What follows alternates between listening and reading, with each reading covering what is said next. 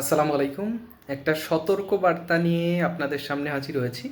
সেটা হচ্ছে যে একটু আগে আমি একটা পোস্ট করেছি যে কোনো একজন স্কেমার যে কিনা আমার ভিডিওর থেকে আমার ছবি স্ক্রিনশট দিয়ে সে মাসুদ রানা ফরিদ নামের একজন একটা ফেসবুক আইডি সে খুলেছে এবং 2 দিন আগে খুলেছে। আমি স্ক্রল করে আপনাদের দেখাচ্ছি একটু পরে।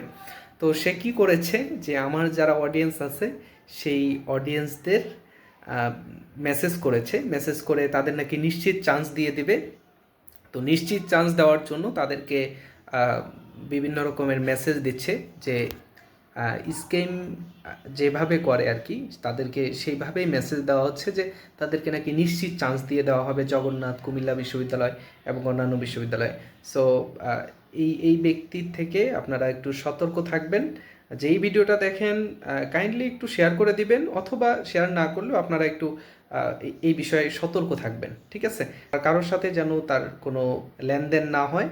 আর আমার ফারুক ইংলিশ একাডেমি হচ্ছে আমার একমাত্র ফেসবুক পেজ, আর ফেসবুক আইডি হচ্ছে ফারুক আহমদ, ইউটিউব চ্যানেল হচ্ছে ফারুক একাডেমি, এবং আমার 01315176677 এটাই একমাত্র আমার বিকাশ রকেট নগদ নাম্বার, এবং এই নাম্বারেই শিক্ষার্থীরা টাকা পাঠায় বিভিন্ন কোর্সে ভর্তি হওয়ার জন্য।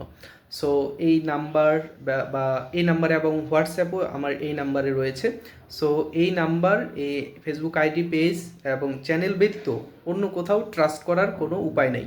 আচ্ছা, এটা হচ্ছে ওই ব্যক্তির ফেসবুক আইডি। তো আমাকে একজন শিক্ষার্থী নক করলো যে ভাইয়া এটা কি আপনার ফেসবুক আইডি?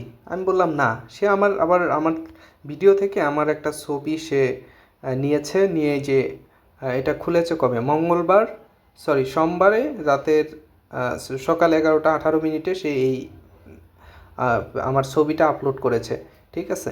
তো এরপরে নিচের দিকে আসলে দেখা যায় জগন্নাথ বিশ্ববিদ্যালয়ের ছবি সে কভার ফটোতে দিয়েছে, তারপরে আমার ছবিটা দিয়েছে। তো স্কেমার যদি এত দুর্বল হয় এবং এত জ্ঞানহীন হয়, তাহলে সে স্ক্যাম করবে কিভাবে?